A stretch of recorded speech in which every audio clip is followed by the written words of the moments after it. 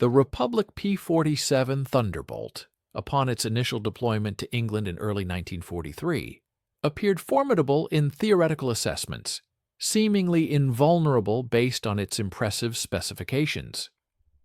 This formidable aerial combatant was armed with a formidable array of 8 heavy 50 caliber machine guns, possessed an unparalleled resilience capable of withstanding damage that would obliterate lesser fighter aircraft, and was propelled by a potent supercharged engine, generating in excess of 2,000 horsepower. American aviators, upon initially settling into the expansive cockpits of these powerful machines, experienced a profound sense of invincibility.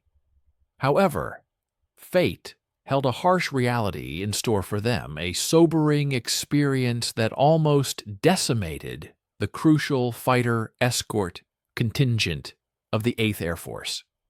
The pivotal date of April 15, 1943, marked the inaugural combat sortie for the 56th Fighter Group, venturing into the contested skies above occupied Europe.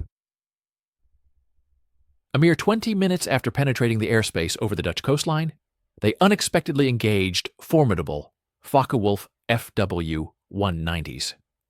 The ensuing aerial engagement unfolded in a manner that profoundly astonished all participants. The agile German interceptors executed maneuvers that drastically outclassed the P-47s, appearing to pivot with effortless grace as if the American aircraft were virtually stationary. American pilots instinctively pulled back on their control sticks, attempting to mirror the movements of their adversaries and engage in the traditional turning combat tactics honed by fighter aces since the Great War. Yet the heavy Thunderbolts struggled, lumbering through the atmosphere and rapidly dissipating airspeed with each attempted turn. Consequently, the skilled Luftwaffe pilots systematically dismantled their formations. A stark testament to this devastating encounter was the loss of 4 P-47s on that day, without a solitary enemy aircraft being credited as destroyed. Stay with us and watch the end of the video. We will be grateful for your like and subscription. Write a comment about where you are from and what you think about the video topic. The root of this critical issue did not lie in any deficiency of pilot aptitude or a lack of valor amongst the aircrews. These American aviators had undergone rigorous training, possessed a deep theoretical understanding of aerial combat, and harbored an intense desire to demonstrate the capabilities of their new aircraft. However, their operational approach involved treating the P-47 as if it were a Supermarine Spitfire or a Messerschmitt Bf-109. Agile interceptors, renowned for their success, derive primarily from superior maneuverability. The Thunderbolt, by contrast, possessed an empty weight of 12,500 pounds, a figure that soared past 17,500 pounds when fully laden with fuel and combat ordnance. This substantial mass translated to an approximate 3-ton weight advantage over an FW-190 and nearly a 4-ton difference compared to a Bf-109. The immutable laws of physics, regrettably, remain indifferent to human courage or determination. Throughout the months of April and May 1943, the grim tally of losses for the American forces steadily escalated. Repeatedly, American fighter pilots would identify German aerial formations, initiate traditional turning dogfights, only to find themselves either shot down or forced to observe powerlessly as their opponents effortlessly outmaneuvered them and disengaged. While the P-47 exhibited a respectable roll rate, its turning radius proved lamentably poor when contrasted with its more agile adversaries.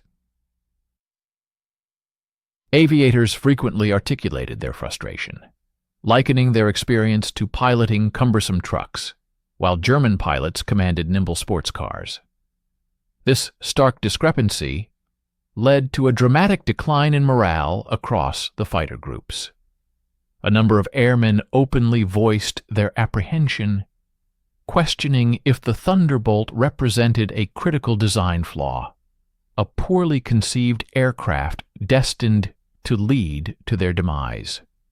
Their anxieties were substantiated by the operational statistics.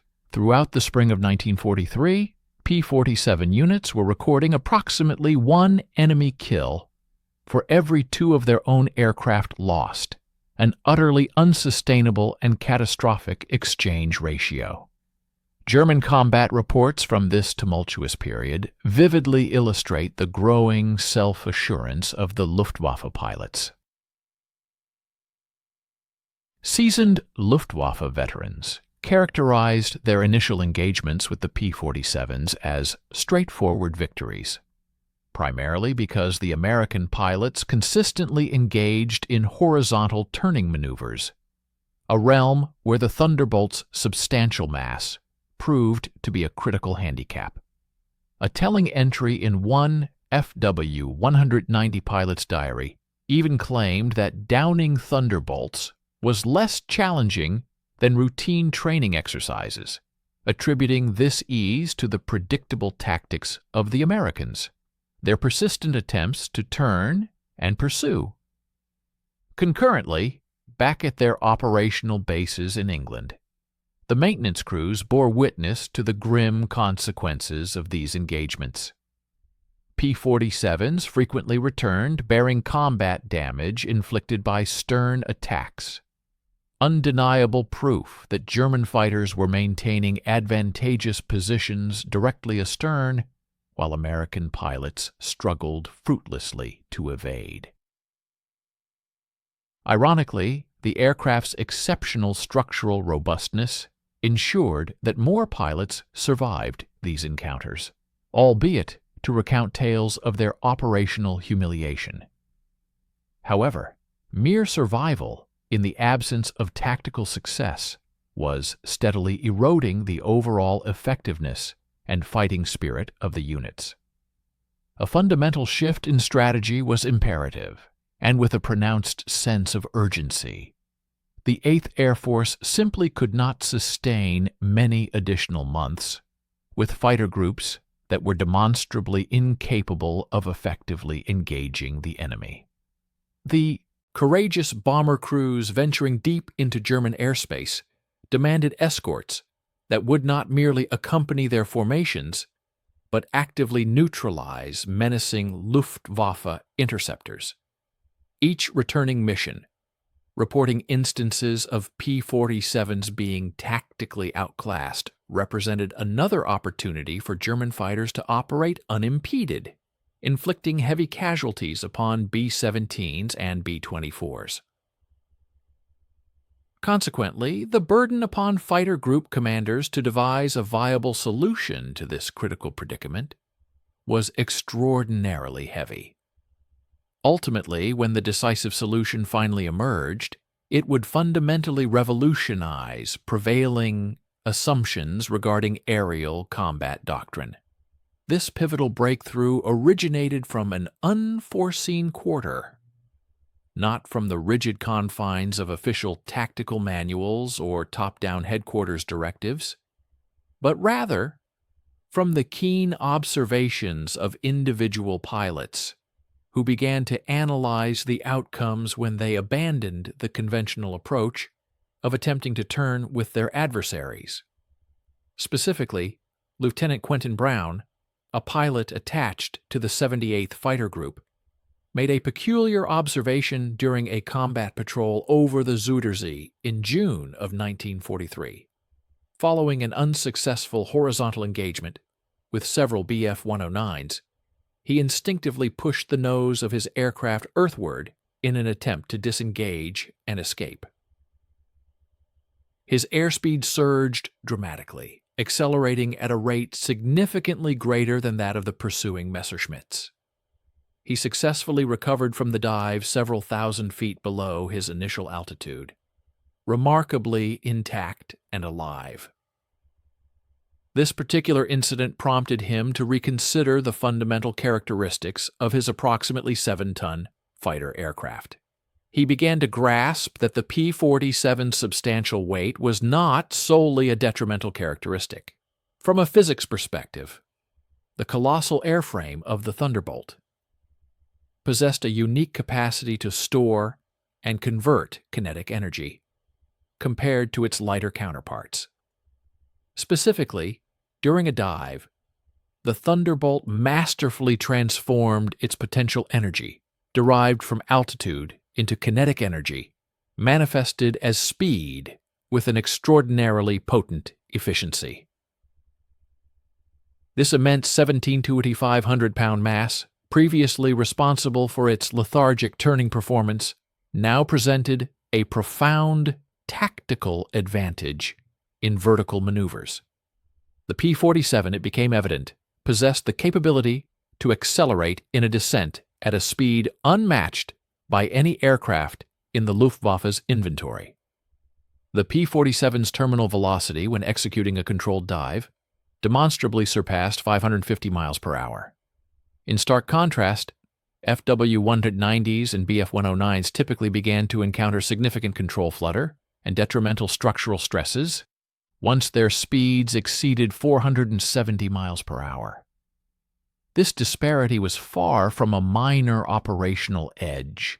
It constituted a foundational physical superiority that effectively nullified every inherent turning disadvantage the Thunderbolt had previously endured. While multiple pilots independently ascertained their ability to outpace German fighters during descents, translating this crucial observation into viable offensive tactics required a considerable period of conceptual development. The conventional paradigm of dogfighting, which emphasized horizontal maneuvering, was profoundly entrenched in the minds of aviators. Historically, fighter combat had been synonymous with intricate turning, endless circling, and the persistent effort to gain and maintain a positional advantage directly behind an adversary. Consequently, the act of diving away from an engagement often felt akin to retreat or a display of cowardice.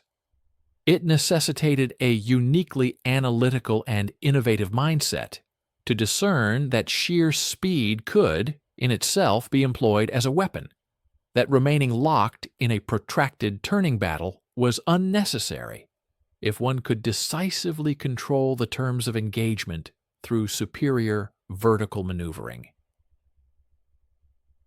While the principles of energy tactics were not entirely novel, with some veteran pilots having a rudimentary understanding of converting altitude into speed, the systematic application of this approach to heavy fighters as a foundational combat doctrine represented a truly revolutionary shift in aerial warfare strategy.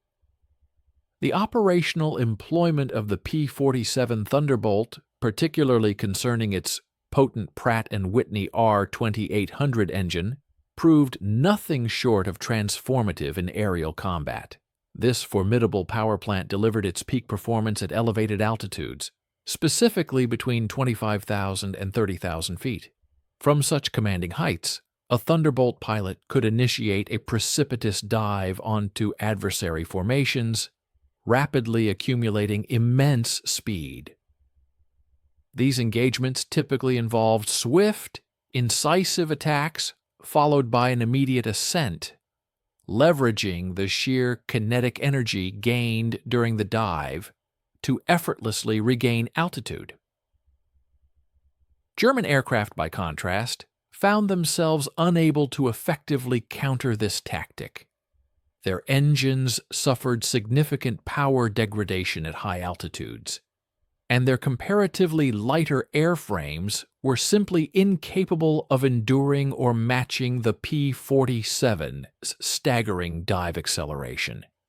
While test pilots had meticulously documented the P-47's exceptional dive capabilities during domestic trials, these crucial reports unfortunately remained largely unheeded. The prevailing focus within the Army Air Force fighter doctrine of 1942 was overwhelmingly on-turn performance, prioritizing maneuverability above all other considerations. Although the initial specifications for the P-47's design had indeed emphasized robust armament and structural durability primarily for its role in bomber escort, the tactical employment strategies still clung to traditional dogfighting paradigms. The notion that a fighter aircraft could achieve superiority by deliberately eschewing conventional turning engagements had simply not been seriously contemplated by those in command positions. Stay with us and watch the end of the video. We will be grateful for your like and subscription. In the comments section, please share where you are from and what you think about the video topic. By the middle of 1943, a discernible pattern began to emerge from informal discussions among P-47 pilots. It became evident that the most successful aviators, those who consistently survived multiple missions without suffering losses, were precisely the ones who had either inadvertently or intentionally steered clear of protracted turning fights. Their modus operandi involved climbing to considerable altitudes, executing rapid, high-speed dives, delivering quick, decisive attacks, and then swiftly zooming away. These pilots conceptualized altitude as a vital bank account, spending it judiciously to acquire speed, and then reinvesting that acquired speed back into altitude through powerful zoom climbs. Conversely, those pilots who persisted in attempting to engage in close quarters turning battles frequently suffered heavy casualties or failed to achieve any kills. The substantial weight inherent in the P-47, which often rendered it less agile in turns, paradoxically endowed it with the ability to slice through turbulent air with impunity, conditions that would severely buffet lighter aircraft. This impressive 7-ton mass provided unparalleled stability during high-speed dives, enabling pilots to maintain a steady gun sight on their targets even while plummeting earthward at velocities that would force German pilots to desperately wrestle with their control columns merely to prevent structural disintegration. The very aircraft that felt ponderous and unresponsive during turning maneuvers transformed into an exceptionally precise and stable gun platform when performing a dive. Grasping this critical distinction, understanding precisely when its weight conferred an advantage and when it posed a hindrance, was the key factor that differentiated the pilots destined to revolutionize fighter tactics from those who continued to grapple with antiquated methodologies. Colonel Hubert Zenk assumed command of the 56th Fighter Group in August 1943, bringing with him a formidable reputation for analytical thinking that bordered on an obsessive intensity. Zemke harbored no interest in personal glory or romanticized notions of aerial combat. Instead, he approached loss reports with the meticulous scrutiny of an accountant dissecting problematic investments, and what he discovered profoundly disturbed him. His group was experiencing an alarming hemorrhage of experienced pilots, all while achieving disappointingly mediocre kill ratios. The stark numerical data painted a picture that directly contradicted every tenet of fighter tactics taught by the Army Air Force, and Zemke was resolute in his conviction that numbers simply did not lie. He commenced his radical overhaul by personally interviewing every pilot who had managed to survive engagements with the Luftwaffe. He bypassed the official, often sanitized, and formal after-action reports, opting instead for brutal, unvarnished conversations about the realities of combat. The pattern quickly solidified. Pilots who climbed to high altitudes before engagement and initiated attacks with steep dives, consistently exhibited superior survival rates, and achieved more kills. Conversely, those pilots who allowed themselves to be drawn into horizontal turning fights either perished or returned to base empty-handed. Armed with this compelling data, Zemke consulted with his operations officer and made a momentous decision, one that would undoubtedly have led to his court-martial if it had failed. He summarily discarded the standard fighter tactics manual. The new doctrine he promulgated was remarkably simple, yet profoundly radical. Never engage the enemy in a turn. The 56th Fighter Group would ascend to 30,000 feet before entering combat zones, strategically positioning themselves above German formations, and then attack exclusively through high-speed dives. Pilots were instructed to fire during their descent, blast through the enemy formation, utilize their accumulated speed to zoom climb back to altitude, and then repeat the process. If a German fighter attempted to pursue them upwards, the P-47 superior high-altitude performance would allow them to effortlessly extend away. Should German pilots attempt to follow them downwards, the Thunderbolt's unparalleled dive speed would rapidly widen the gap. The enemy's only recourse was to observe helplessly as the American fighters repeatedly slashed through their formations. Zemke encountered immediate and vigorous resistance from his own pilots. Lieutenant Colonel David Schilling, one of his squadron commanders, vociferously argued that this new approach was cowardly, asserting that true fighter pilots stood their ground and fought rather than engaging in hit-and-run tactics like common bandits. Zemke's retort became legendary within the 56th Fighter Group. Dead heroes don't win wars. Live pilots who kill the enemy do. He unequivocally stated that any pilot who defied the new doctrine and engaged in turning fights would face severe disciplinary action. Survival and victory, he stressed, held far greater importance than satisfying anyone's romanticized notion of chivalrous combat. The inaugural mission employing Zemke's groundbreaking tactics took place on October 8, 1943, targeting the city of Bremen. The 56th Fighter Group meticulously climbed to 32,000 feet and patiently awaited their moment. When Luftwaffe fighters ascended to intercept the bomber stream, Zemke led his group in a perfectly coordinated dive. They achieved speeds of 450 meters per year before even reaching the German formation. The P-47s tore through the Bf-109s with the destructive force of cannonballs ripping through paper. German pilots scattered in every direction, their formation cohesion instantly shattered. The Americans then zoomed back up to altitude, reformed, and initiated another devastating dive 15 minutes later. That day, the 56th Fighter Group claimed 8 kills without suffering a single loss, finally tipping the numbers decisively in America's favor. News of this success spread with astonishing rapidity. Other pilots within the group who had initially harbored skepticism suddenly became ardent believers once they survived their first dive attack mission. The psychological impact was immediate and profound. American pilots experienced a novel sense of control over the engagement, a sensation they had not felt since their arrival in Europe.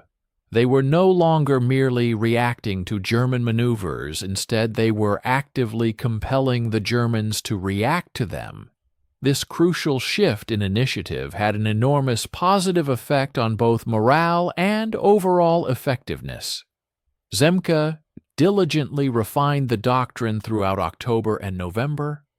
He established precise altitude requirements, mandating that engagements should, whenever possible, never occur below 25,000 feet.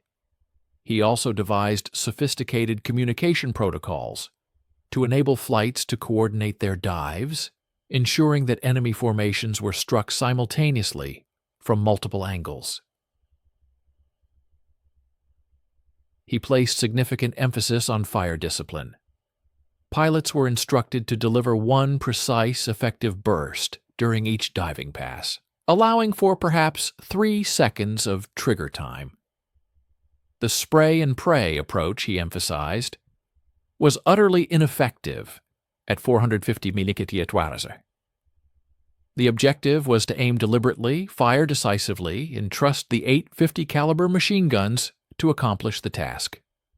The goal was not prolonged engagement, but rather the delivery of maximum violence in the minimum amount of time, followed by disengagement before the enemy could mount an effective response. This was, in essence, industrial-era warfare meticulously applied to the aerial domain, efficient, brutal, and undeniably effective. The P-47 Thunderbolt's dive attack proved profoundly devastating and utterly effective. Executing such a maneuver with meticulous accuracy through an enemy aerial formation demanded that pilots transform into tactical engineers mid-combat. The intricate procedure commenced at a substantial altitude, ideally between 28,000 and 32,000 feet, where P-47 pilots diligently searched the airspace beneath them for German formations. Identifying the enemy was paramount. Pilots specifically sought out contrails, the distinct white streaks created by aircraft engines in the cold, high-altitude air, or the stark, dark silhouettes of German fighters silhouetted against clouds or the ground below. Once the target was identified, the strategic assault configuration commenced. The P-47 pilot would position his aircraft several thousand feet above and, crucially, ideally upsun from the enemy formation. The sun's position held immense tactical significance. German pilots looking upwards toward a descending Thunderbolt would be completely incapacitated by glare if the American assault originated from the direction of the sun. This was not a matter of mere fortune, but rather a deliberate, premeditated placement that often consumed several minutes of intricate maneuvering before the actual attack was launched. Flight leaders maintained continuous radio contact, diligently verifying that all 4 aircraft within their flight were optimally aligned before initiating the descent. The dive itself began with a shallow angle, perhaps 30 degrees nose down, as the pilot simultaneously engaged the engines at their fullest capacity. The P-47 rapidly gained velocity, and airspeed became the paramount factor governing the engagement. Pilots intently observed their airspeed indicators climbing steadily, $300 mph, then $350, reaching $400 mph. Upon nearing $400 mph, the pilot would progressively increase the angle of descent to a steeper 45 or even 50 degrees. The robust airframe of the aircraft would vibrate noticeably as it approached speeds that would instill profound apprehension in airmen piloting lighter fighter types. Control surfaces, subjected to immense aerodynamic forces, became rigid.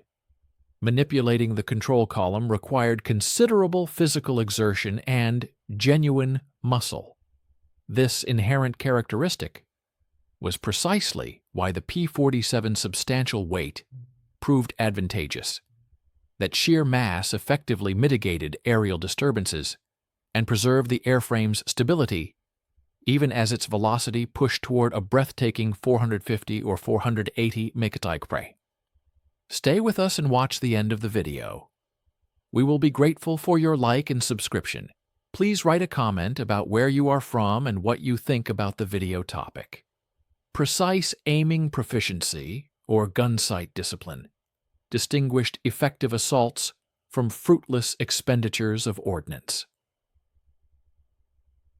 At these extraordinary velocities, the attacking pilot possessed perhaps only 2 or 3 seconds of optimal engagement window. The gun sight picture changed with alarming rapidity. A target would materialize, expand swiftly, then streak by with incredible swiftness.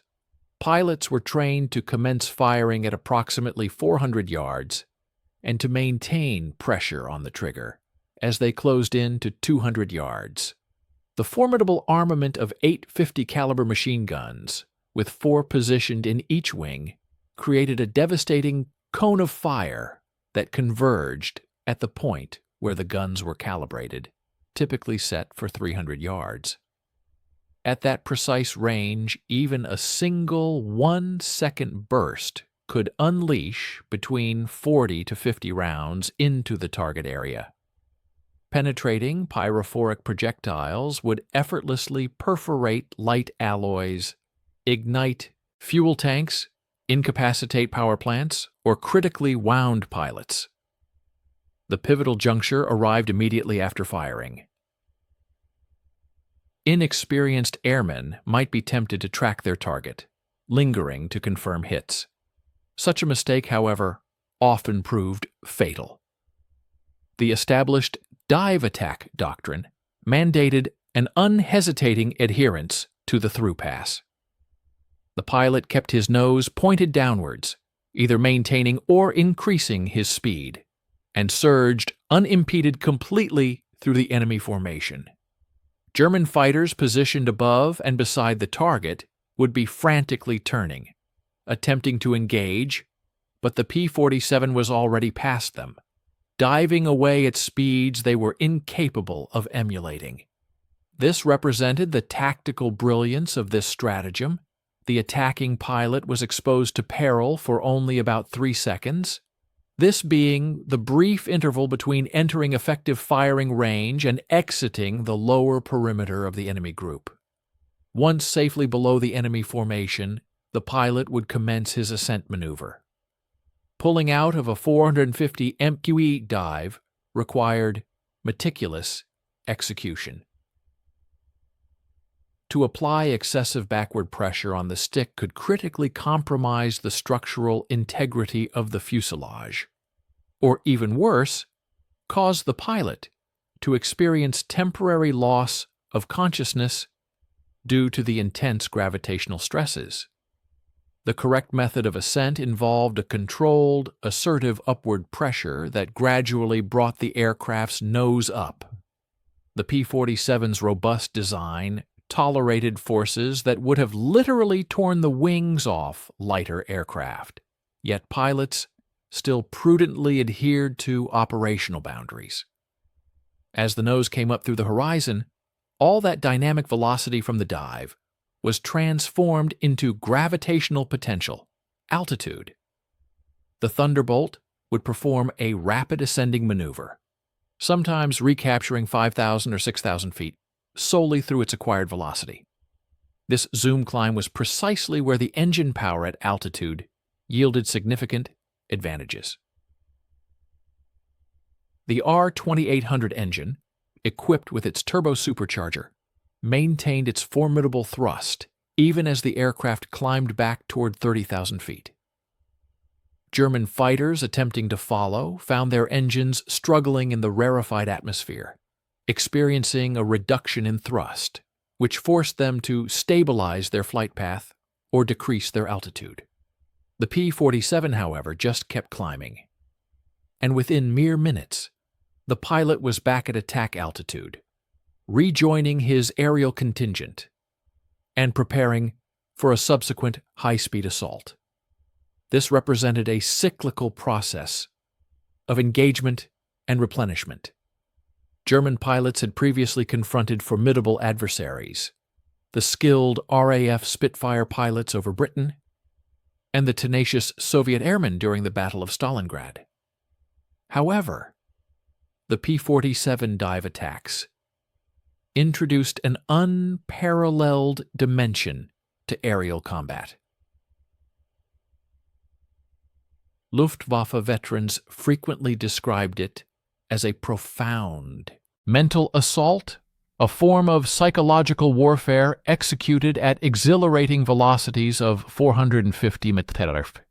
The pervasive fear was not merely about being shot down, it was fundamentally about utter powerlessness. When Thunderbolts plunged through their formations, German pilots were rendered incapable of mounting a meaningful defense. Their only recourse was to disperse in desperation and pray for survival. Oberleutnant Franz Stigler, a seasoned Bf 109 pilot serving with Jagdgeschwader 27, recorded in his operational logbook from November 1943 an unforgettable confrontation with the American 56th Fighter Group. His Staffel, a squadron of 9 aircraft flying in a compact aerial array, was ascending to engage B-17 bombers when American fighters suddenly materialized overhead. Stigler vividly described observing dark forms separating from the high cover, followed by the frightening surge of speed as the P-47s came hurtling down. His formation commander desperately attempted to issue commands for defensive actions, but communication protocols disintegrated immediately. Each pilot broke in a different direction, their innate self-preservation supplanting practiced procedures. The Thunderbolts sliced through their aerial grouping in mere seconds, and Stigler watched in horror as 2 of his squadron mates plummeted, leaving plumes of vapor in their wake. The Americans did not linger for close-quarters aerial combat. They were already ascending rapidly before the Germans could re-establish cohesion. This devastating pattern replicated throughout significant aerial engagements from late 1943 onward. Luftwaffe tactical reports consistently revealed a recurring motif. American fighters attacking from high altitude invariably precipitated instantaneous disintegration of aerial units. Squadron cohesion was everything in air combat. Fighters flying in synchronized contingents could effectively cover each other, amass their destructive potential, and perform intricate aerial tactics. But when P-47s came descending with terrifying velocity at speeds German aircraft were incapable of emulating, that unity dissolved. Each pilot found himself detached, preoccupied with self-preservation, unable to trust that his wingman was still there. The mental repercussions transcended the immediate attack. German pilots began devoting increased attention to the overhead airspace rather than scanning for bombers. Formation leaders were compelled to position their units higher, expending valuable propellant to gain altitude that might afford them some measure of defense from diving attacks.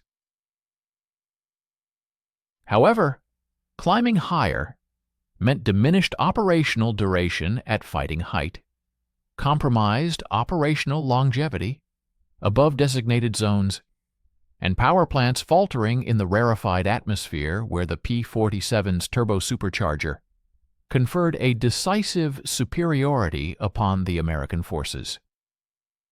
The Luftwaffe faced an untenable dilemma: either stay lower and remain susceptible to high-speed assaults, or climb higher and compromise operational efficacy.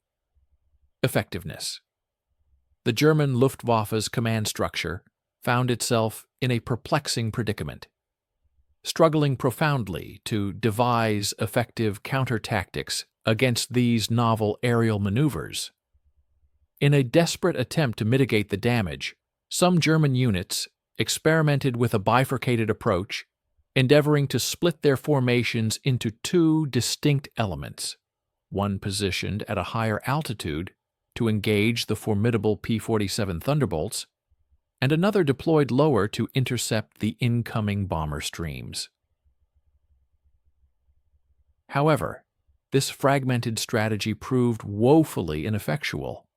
The American pilots, with their superior tactical flexibility, would simply execute swift, decisive dives on whichever German element was at a lower altitude, dispersing it with concentrated firepower, and then rapidly ascend back to their advantageous height. before the higher German element could even contemplate intervention.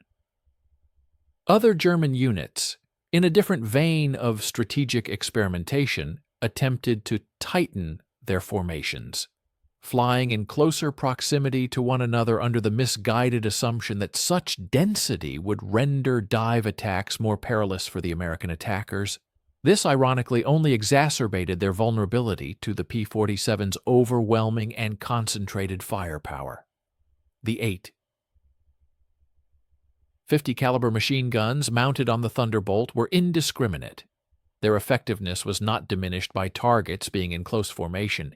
In fact, it merely guaranteed a higher density of hits per burst, making the German pilots even more susceptible to devastating damage. The most profound and insidious psychological impact of these American tactics stemmed from their sheer unpredictability. Traditional aerial combat, often referred to as dogfighting, possessed a certain rhythm and a discernible flow. Pilots, through experience and intuition, could often anticipate the movements of their adversaries, allowing them to react and counter-react in a dynamic, albeit predictable, aerial ballet. However, the P-47's dive attacks offered no such rhythm, no discernible pattern. German pilots were perpetually tormented by the uncertainty of when an attack would materialize, from what unexpected angle it would descend, or indeed how many American aircraft would participate in the onslaught. Sometimes a solitary Thunderbolt would streak through their formation. At other times, an entire squadron would descend in a relentless, sequential torrent, one aircraft after another, affording the German defenders absolutely no respite or opportunity to reform their shattered ranks between attacks. This relentless and unnerving unpredictability fostered a state of constant, debilitating stress that systematically wore down even the most seasoned and battle-hardened pilots, eroding their morale and combat effectiveness. Stay with us and watch the end of the video. We will be grateful for your like and subscription. Please write a comment below about where you are from and what you think about the video topic. Major Heinz Baer, a distinguished Luftwaffe ace credited with an astonishing record of over 200 aerial victories, provided a revealing interview to German military intelligence in January 1944. In this candid discussion, he unequivocally conceded that the American dive tactics were nearly impossible to counter with our current aircraft. He meticulously detailed the futility of attempting to climb after the rapidly ascending P-47s, explaining that such a maneuver was not only fruitless, but also inherently dangerous. Conversely, he pointed out that diving away from the engagement meant abandoning the very bombers they were tasked with intercepting, thereby failing their primary mission. His ultimate conclusion was delivered with a stark and brutal honesty. We must shoot them before they reach altitude, or accept that we cannot engage them on favorable terms. This profound admission, emanating from one of Germany's most celebrated and capable fighter pilots, served as undeniable evidence of how thoroughly and irrevocably the tactical equation in aerial warfare had been altered. The quantitative data presented an irrefutable narrative that even the most hardened skeptics could not dismiss.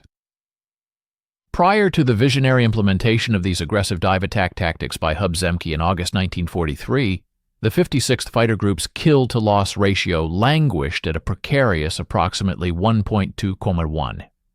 At this rate, they were barely managing to break even in the brutal calculus of aerial combat. However, a mere 4 months later, by December 1943, following the complete integration of this innovative new doctrine, that critical ratio had surged dramatically to to an impressive 4.7.1. This indicated that the 56th was now systematically annihilating German fighters at a rate almost 5 times higher than the rate at which they were losing their own aircraft. This was far from a marginal improvement. It represented nothing less than a complete and revolutionary transformation of their combat effectiveness, fundamentally altering the balance of power in the skies. The advent of January 1944 heralded an even more spectacular display of these tactics' efficacy. During Big Week, a series of monumental bomber raids specifically targeting German aircraft production facilities in February, the 56th Fighter Group astonishingly claimed 82 aerial victories within a mere 7-day period, while suffering the loss of only 11 of their own aircraft. Major Gerald Johnson, a standout pilot within the group, personally accounted for 7 German fighters during this intense period, each victory achieved exclusively through the high-altitude dive attack methodology. His combat reports from this time consistently describe each engagement with a striking similarity: climb high, spot enemy formation, dive through at maximum speed, zoom back to altitude. Repeat. There were no protracted dogfights, no drawn-out turning contests. What was evident was simply brutal, unyielding efficiency that maximized impact and minimized exposure. A comparative analysis with other P-47 groups unequivocally underscored the immense value of Zemke's doctrine. The 78th Fighter Group, for instance, initially demonstrated a marked reluctance to adopt Zemke's innovative tactics, persistently adhering to traditional dogfighting methodologies. Consequently, in January 1944, they endured a staggering 23 aircraft losses while managing to claim only 14 kills. Their kill-to-loss ratio was alarmingly inverted. They were losing almost 2 aircraft for every single German aircraft they managed to shoot down. However, by March, after the commander of the 78th undertook a crucial visit to the 56th to personally observe their highly effective methods and subsequently implemented similar tactical principles within his own group, their ratio experienced a dramatic improvement, climbing to a respectable 3.1:1. This remarkable turnaround demonstrated that the mere change in tactical doctrine, utilizing the exact same aircraft, was singularly responsible for more than tripling their combat effectiveness. Individual pilot statistics further solidified this compelling pattern. Robert Johnson, operating within the 56th Fighter Group under the strictures of Zemke's doctrine, achieved an impressive tally of 27 confirmed kills by May 1944, all without ever being shot down himself. His unparalleled success was not primarily attributable to some inherent superior flying skill. Indeed, many other pilots possessed comparable talent and dexterity in the cockpit.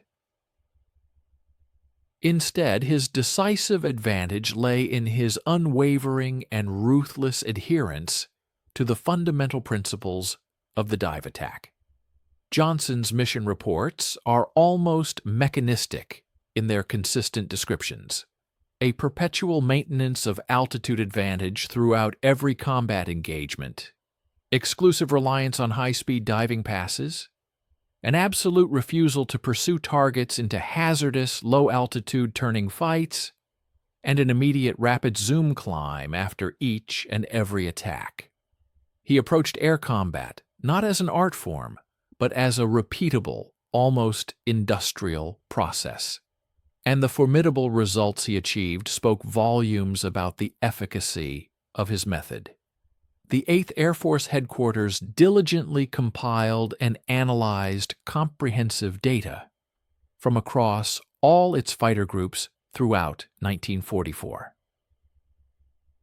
The findings consistently revealed that groups which enthusiastically embraced and implemented high-altitude dive tactics demonstrated a steady and significant improvement in their combat performance.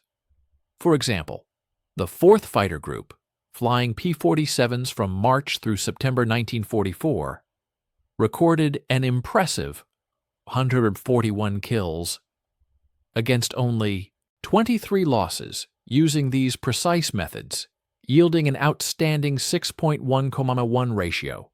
The 300th Fighter Group, which was formed at a later stage and received initial training specifically in dive tactics from its inception, achieved an even more remarkable 7.2:1 ratio. These exceptional outcomes were not mere coincidences or isolated statistical anomalies. They served as undeniable proof that the tactical doctrine was not only effective, but worked with spectacular and consistent success. Confirmation of this profound shift in aerial dominance also arrived from the opposing side in the form of German loss records. Luftwaffe quartermaster reports, meticulously compiled from mid-1944, starkly indicated that fighter losses over German territory had surged by an alarming 73% between January and June, despite the fact that the overall number of German fighters in operation had not substantially decreased. This critical discrepancy meant that the Germans were losing aircraft at a rate far exceeding their capacity to replace them. Captured Luftwaffe pilots, subjected to interrogation, consistently cited American dive attacks as a primary and overwhelming cause of their losses. One particularly poignant interrogation report from a German pilot shot down in April 1944 revealed that his entire group had been effectively rendered combat ineffective after suffering the catastrophic loss of 12 aircraft in just 3 days, all attributed to the relentless onslaught of diving P-47s. The resounding success of this tactical revolution extended far beyond simple kill ratios. Crucially, bomber losses experienced a significant and welcome decrease once the P-47 groups had fully mastered and consistently applied the dive attack methodologies. In the early months of 1943, the 8th Air Force frequently suffered unsustainable losses of 5 to 7% of its bombers per mission, a rate that threatened to prematurely terminate the vital daylight bombing campaign. However, by the summer of 1944, armed with effective fighter escort utilizing these proper tactics, bomber losses dramatically plummeted to a much more sustainable 1 to 2% per mission. This indicated that the P-47 groups were not merely surviving their engagements, they were unequivocally fulfilling their primary and indispensable mission of protecting the vulnerable bomber formations. German fighters that were scattered and disrupted by the P-47's diving attacks were simply unable to maintain the coordinated and effective bomber interceptions that were essential to their defensive strategy. The mathematics of attrition had been irrevocably reversed. Germany was now hemorrhaging both aircraft and its invaluable cadre of experienced pilots at rates that would ultimately cripple the Luftwaffe's defensive capabilities long before the close of 1944. The profound shift in combat methodology did not propagate through formal bureaucratic avenues or authoritative instructional documents disseminated from Central Command. Instead, this tactical revelation disseminated organically through informal discussions over drinks during periods of respite between missions and in candid and often harrowing post-engagement analyses, where veteran aviators articulated the pragmatic realities of effective aerial engagement.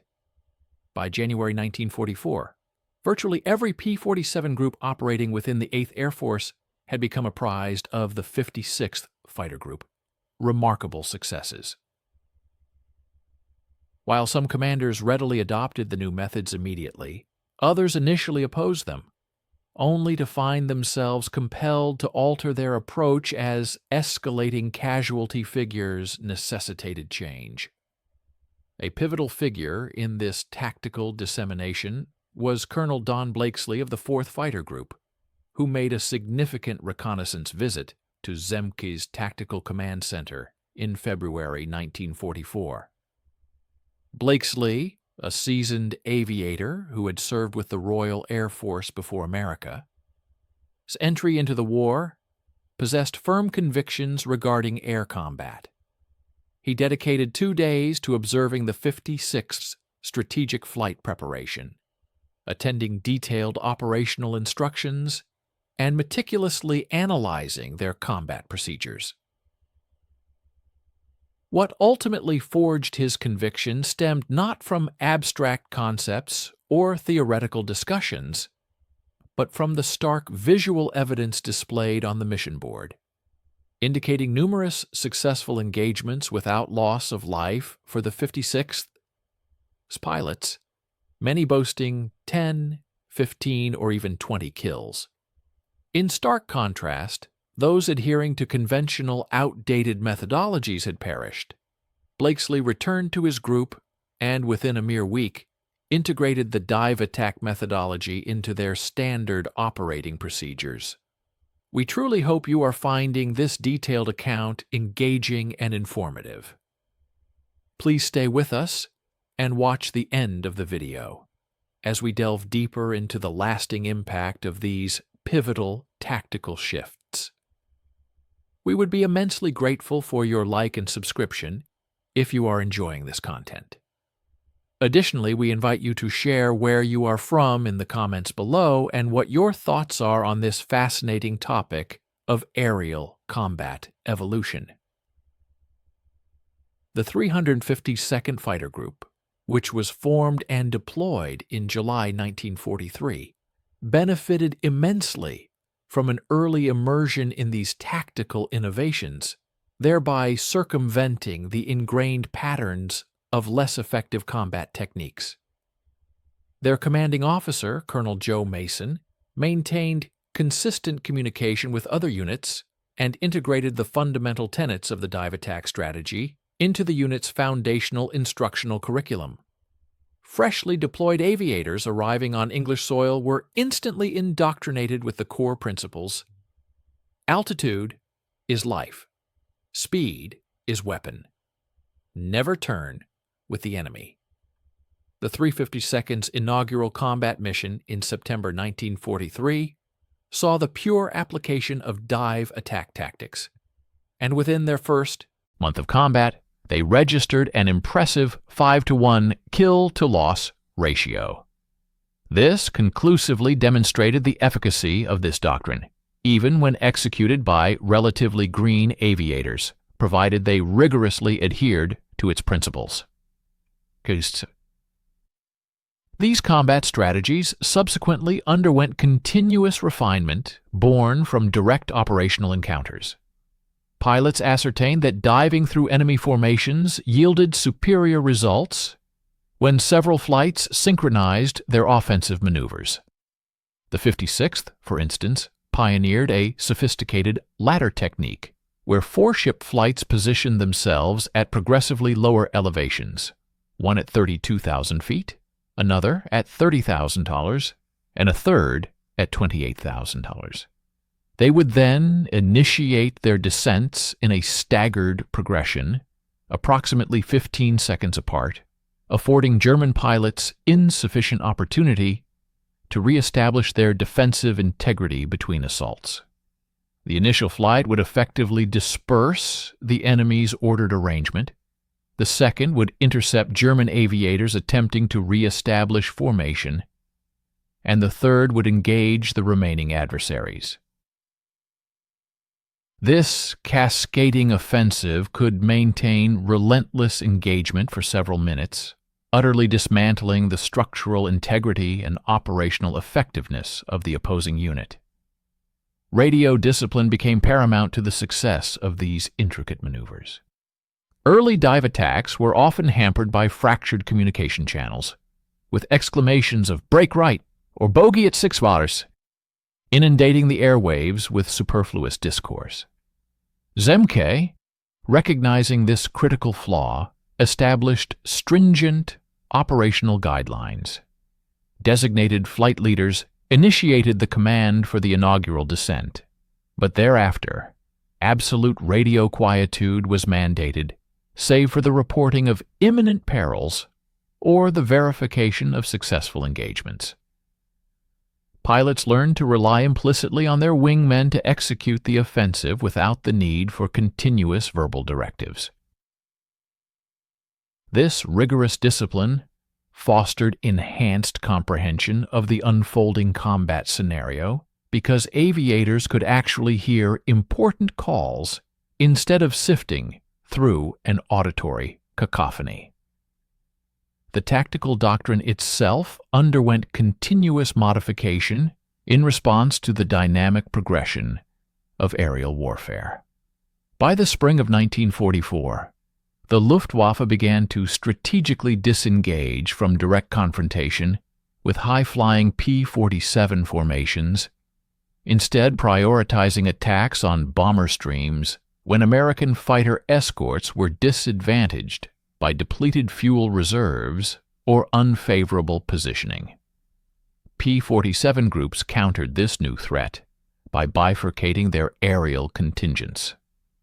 One section sustained an elevated surveillance posture, specifically tasked with locating German fighters, while another section flew closer to the bombers as a proximate protective screen. Should German aircraft attack the bombers, the high section would execute a swift dive upon them. This inherent versatility underscored the doctrine's sophisticated development. It represented not an inflexible set of steps, but a pliant and responsive set of core tenets. The training of new replacement pilots became standardized and formalized by mid-1944. Newly deployed aviators disembarking from the United States underwent prompt and thorough instruction in dive attack tactics. Seasoned aviators accompanied them on simulated combat sorties, illustrating the precise execution of dive maneuvers, rapid ascent capabilities, and cohesive flight patterns. The recently arrived personnel participated in their initial combat engagements as auxiliary pilots, alongside battle-hardened veterans, assimilating knowledge through direct observation prior to initiating their own offensive actions. This structured guidance methodology dramatically curtailed the attrition rates among nascent aviators. The 56th S replacement pilot loss rate, for example, plummeted from 40% in early 1943 to a mere 1 to 2% by late 1944. Other aircraft types subsequently integrated adapted iterations of these tactics. P-51 Mustangs, arriving in substantial quantities by spring 1944, employed analogous dive attack tenets, albeit with varied methods of implementation due to their reduced mass and enhanced maneuverability characteristics. Similarly, P-38 Lightnings within the 15th Air Force over Italy implemented dive tactics that leveraged the inherent benefits of their dual-engine propulsion systems. The bedrock tenet: to capitalize on the inherent capabilities of one's aerial platform, circumvent its inherent limitations, and unilaterally establish the parameters of engagement by leveraging superior altitude and velocity, demonstrated ubiquitous applicability across the spectrum of fighter aircraft designs. The P-47's dive attack doctrine, far from concluding with the cessation of hostilities in the Second World War, saw its influence extend far beyond. It profoundly reshaped the conceptual framework governing fighter aircraft deployment within air arms, specifically emphasizing the symbiotic connection between an aircraft's intrinsic attributes and its operational methodology. The overarching realization was unmistakable. The compartmentalized approach of conceiving aircraft independently from devising their operational strategies invariably resulted in catastrophic outcomes, as exemplified by the early P-47 experience. Success, therefore, necessitated a harmonious alignment between operational deployment and inherent physical attributes, even if that meant forsaking long-established paradigms of aerial engagement. During the Korean War, fighter pilots flying F-86 Sabres against MiG-15s independently unearthed the efficacy of energy-centric combat maneuvers, subsequently recognizing their inadvertent adherence to the foundational principles pioneered by the P-47. The Sabre, possessing a greater mass than its MiG counterpart and exhibiting diminished maneuverability at lower velocities, nonetheless excelled in rapid descents and swift vertical ascents. American pilots who attempted to engage MiGs in close-quarters turning battles met an identical unfortunate end as early P-47 pilots fighting FW-190s.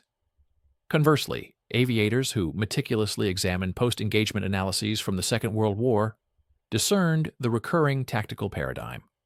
They ascended to elevated altitudes, executed swift dives, initiated incisive attacks, and disengaged with rapid ascents. The F-86's kill ratio against MiG-15s reached an extraordinary 10-1, a testament not solely attributable to its comprehensive superiority as an aerial platform, but because American pilots possessed a profound grasp of energy conservation and utilization in aerial combat, while many Soviet and Chinese pilots predominantly employed close-quarters turning engagements. Colonel John Boyd ushered in a paradigm shift in fighter combat methodologies in the 1960s by systematizing these underlying tenets into a comprehensive theory of energy maneuverability. Boyd's seminal work at the Fighter Weapons School developed rigorous mathematical frameworks for evaluating the performance characteristics of various aircraft across diverse operational envelopes. His famous Observe, Orient, Decide, Act OODA conceptual framework articulated the mechanism by which fighter aircraft could achieve victory through the mastery of engagement rhythm, rather than through sheer acrobatic prowess. Boyd conducted exhaustive research into Second World War aerial engagements, and Zemke's 56th Fighter Group missions recurrently featured prominently within his analytical examinations.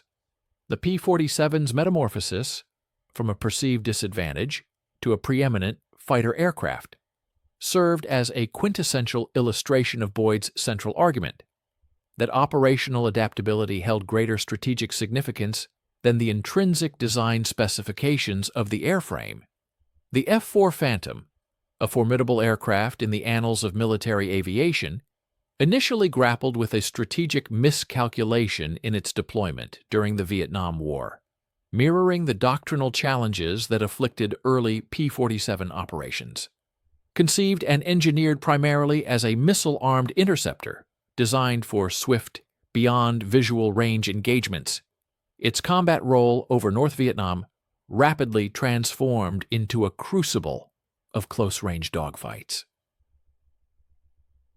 In these tight, agile maneuvers, the F-4's considerable dimensions and substantial mass significantly impeded its agility, rendering it less effective than anticipated.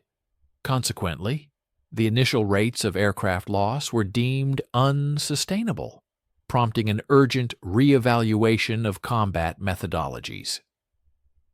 A pivotal turning point arrived with the establishment of the Navy Fighter Weapons School, famously known as Top Gun, which began imparting energy, tactics drawing foundational principles directly from the aerial combat experiences of World War II and the Korean War. Phantom crews were meticulously trained to exploit their aircraft's superior propulsive power and plummeting capabilities, utilizing high-speed passes and dives, rather than attempting to engage in turning contests with the inherently lighter and more nimble MiG-17s and MiG-21s. This profound shift in operational philosophy led to a significant and dramatic improvement in kill ratios. The very same aircraft, when flown with a fundamentally altered tactical approach, became remarkably effective. While modern air combat in the era of sophisticated missiles might appear a world apart from the machine gun duels of 1943, the immutable laws of physics persist unchanged as the bedrock of aerial supremacy. Contemporary platforms, such as the F-15 or F-35, still intrinsically transform the potential energy of height into kinetic velocity, still leverage their energy state, a dynamic interplay of speed and altitude, to prescribe the conditions of combat encounters, and still exploit rapid vertical ascents or zoom climbs to recalibrate strategic scenarios or disengage effectively. Although the primary offensive instruments have evolved from simple bullets to advanced radar-guided missiles, the judicious management of one's energy state remains the definitive factor in who ultimately controls and dictates the flow of the aerial engagement.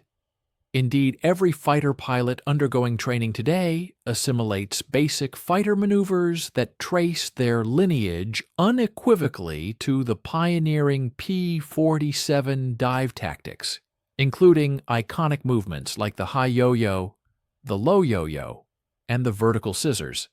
These are all direct applications of the core energy management principles that Zemke's intrepid pilots forged through iterative experimentation and hard-won experience in the unforgiving skies. The P-47's compelling narrative illuminates profound insights into the dynamics of military adaptation, underscoring a recurring challenge within large organizations. It is an inherent human and institutional tendency for organizations to exhibit a reluctance to alter established, effective methodologies, even when the prevailing circumstances undergo a significant transformation. The Army Air Force's pre-war tactical doctrine, for instance, had demonstrated efficacy in simulated engagements and smaller-scale conflicts, leading commanders to presume its unwavering applicability in the vast, complex European theater. However, the harsh realities of early combat swiftly revealed its inadequacy, yet a pervasive institutional inertia perpetuated the adherence of numerous units to demonstrably ineffective strategies for many arduous months. The impetus for change in such scenarios often originates from intermediate echelon leaders like Zemke, individuals who possess both the authority to experiment with novel approaches and the profound fortitude to abandon conventional wisdom and doctrine that were demonstrably costing the lives of their men.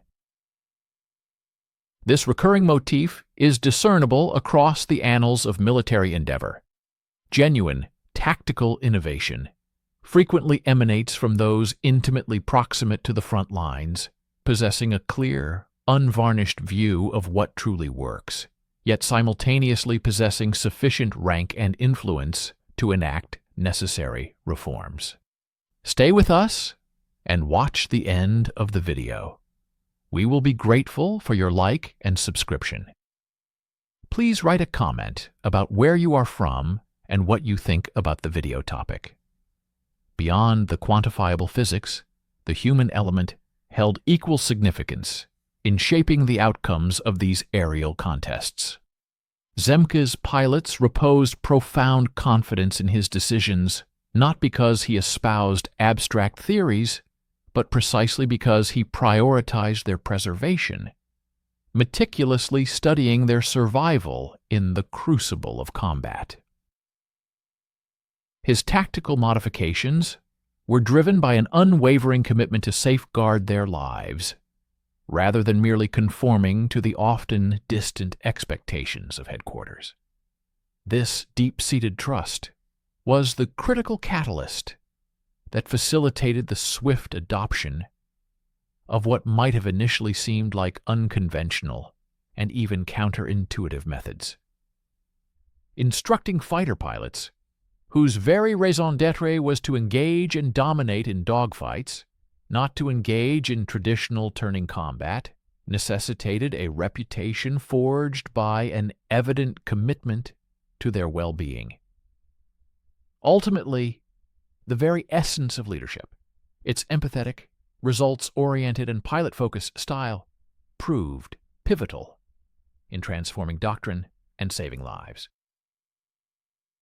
The P-47 Thunderbolt's enduring impact resonates within every contemporary fighter doctrine that accords paramount importance to the dynamic control of energy, within every tactical manual that underscores the strategic imperative of leveraging inherent aircraft advantages as opposed to engaging on an adversary's preferred terms, and in the profound realization that success emanates from molding operational strategies to the immutable laws of physics, rather than attempting to coerce natural principles into alignment with preconceived methodologies.